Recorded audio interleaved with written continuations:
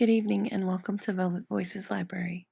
I'm your host Mallory, and tonight we'll be wrapping up our January theme of winter and new beginnings with The Golden Goose by the Brothers Grimm.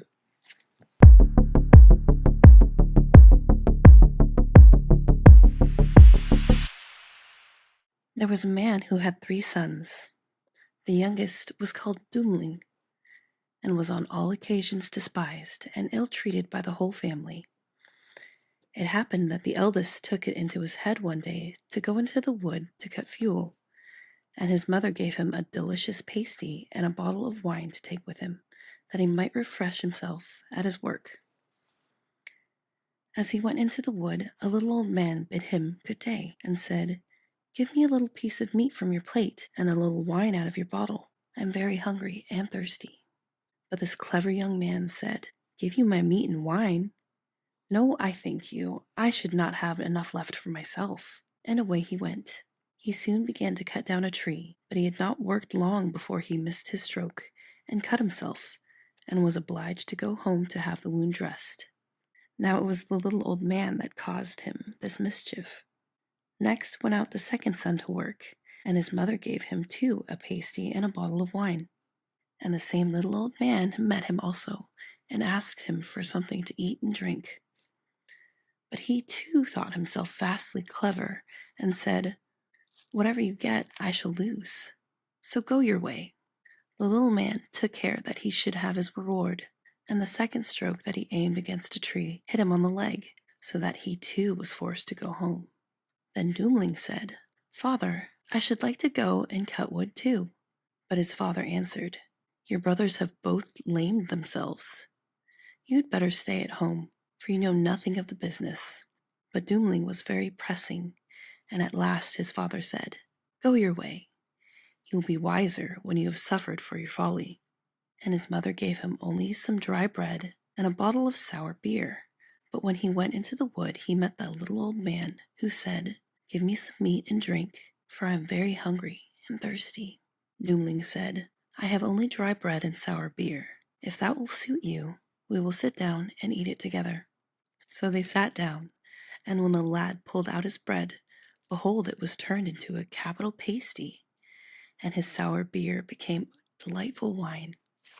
They ate and drank heartily, and when they had done, the little man said, "As you have a kind heart, and have been willing to share everything with me, I will send a blessing upon you. There stands an old tree. Cut it down, and you will find something at the root." Then he took his leave, and went his way. Doomling set to work, and cut down the tree, and when it fell, he found in a hollow under the roots a goose with feathers of pure gold. He took it up, and went on to an inn, where he proposed to sleep for the night. The landlord had 3 daughters, and when they saw the goose, they were very curious to examine what this wonderful bird could be, and wished very much to pluck one of the feathers out of its tail. At last the eldest said, "I must and will have a feather." So she waited till his back was turned, and then seized the goose by the wing. But to her great surprise, there she stuck, for neither hand nor finger could she get away again. Presently in came the second sister, and thought to have a feather too. But the moment she touched her sister, there she too hung fast. At last came the third, and wanted a feather, but the other 2 cried out, "Keep away! For heaven's sake, keep away!"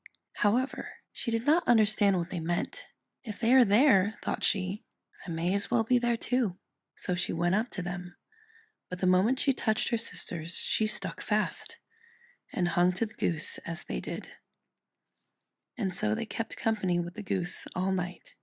The next morning, Doomling carried off the goose under his arm, and took no notice of the 3 girls, but went out with them, sticking fast behind.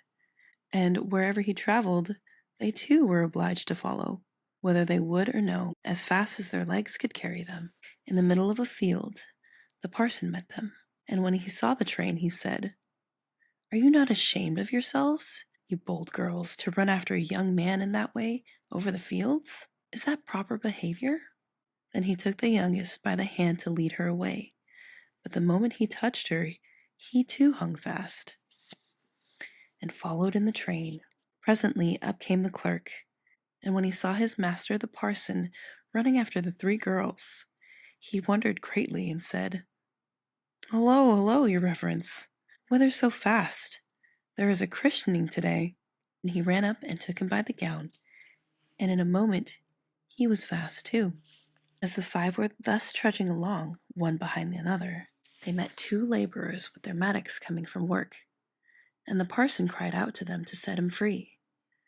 But scarcely had they touched him when they too fell into the ranks, and so made 7, all running after Doomling and his goose. At last they arrived at a city where reigned a king who had an only daughter. The princess was of so thoughtful and a serious turn of mind that no one could make her laugh, and the king had proclaimed to all the world that whoever could make her laugh should have her for his wife.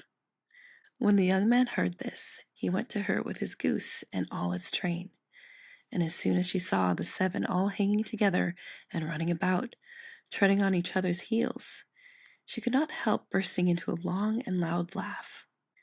Then Doomling claimed her for his wife. The wedding was celebrated, and he was heir to the kingdom, and lived long and happily with his wife. And that was The Golden Goose by the Brothers Grimm. I'm Mallory, and this has been Velvet Voices Library. Please make sure to like and subscribe to find out what our February theme will be. Until we meet again.